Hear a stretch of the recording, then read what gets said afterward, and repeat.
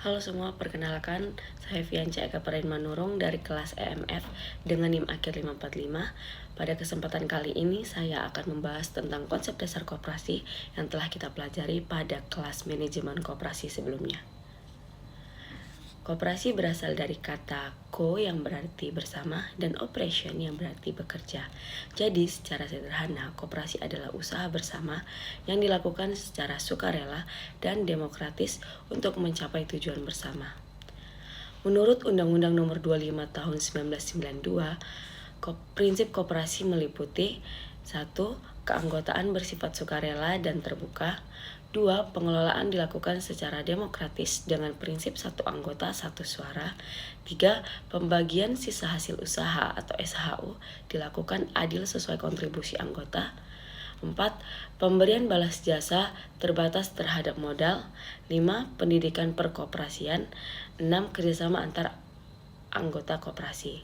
Nah, fungsi utama koperasi adalah menghimpun kekuatan ekonomi anggota, meningkatkan kesejahteraan bersama, dan menjadi sokoguru perekonomian nasional, sebagaimana tercantum dalam Undang-Undang Dasar 1945.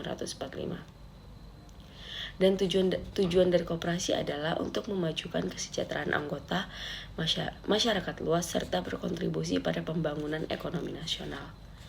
Nah, jenis-jenis koperasi ini cukup beragam, antara lain koperasi konsumsi, koperasi produsen, pemasaran, jasa, simpan pinjam, hingga koperasi serba usaha.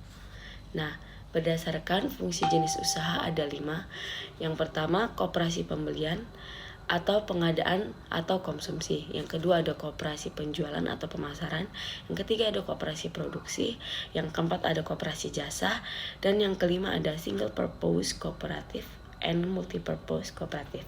Nah, kalau kita lihat berdasarkan tingkat dan luas daerahnya, jenis koperasi ada 2, yaitu koperasi primer, di mana koperasi primer ini beranggotakan 20 orang, dan koperasi sekunder. Nah, koperasi sekunder ini terdiri dari 3. Yang pertama ada koperasi sekunder pusat, di mana minimal 5 anggota koperasi primer, dan ada yang kedua ada koperasi sekunder gabungan koperasi, di mana minimal anggota itu 3 koperasi pusat, dan yang ketiga ada induk, di mana minimal gabungan dari 3 anggota koperasi. Nah, tapi kita lihat dari berdasarkan status keanggotaan, jenis koperasi itu ada 3. Yang pertama koperasi produsen, kemudian ada koperasi konsumen, dan koperasi produsen dan konsumen. Nah, koperasi Indonesia memiliki lambang yang syarat makna, di mana lambang lama menonjolkan simbol-simbol seperti padi, kapas, timbangan, pohon beringin, dan roda gigi yang melambangkan persatuan, keadilan, serta kerja keras.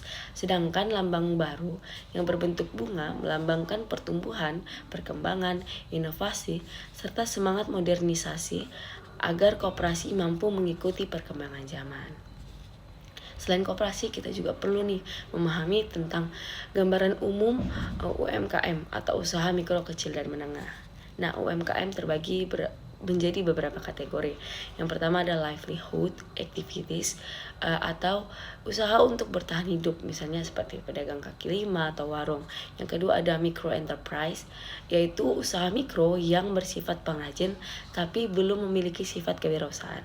Nah, yang ketiga ada small dynamic enterprise, di mana usaha kecil menengah ini sudah memiliki jiwa wirausaha, mampu bersubkontrak dan mampu ekspor. Dan yang terakhir ada fast moving enterprise, yaitu usaha kecil menengah yang berjiwa wirausaha dan siap berkembang untuk menjadi usaha yang besar.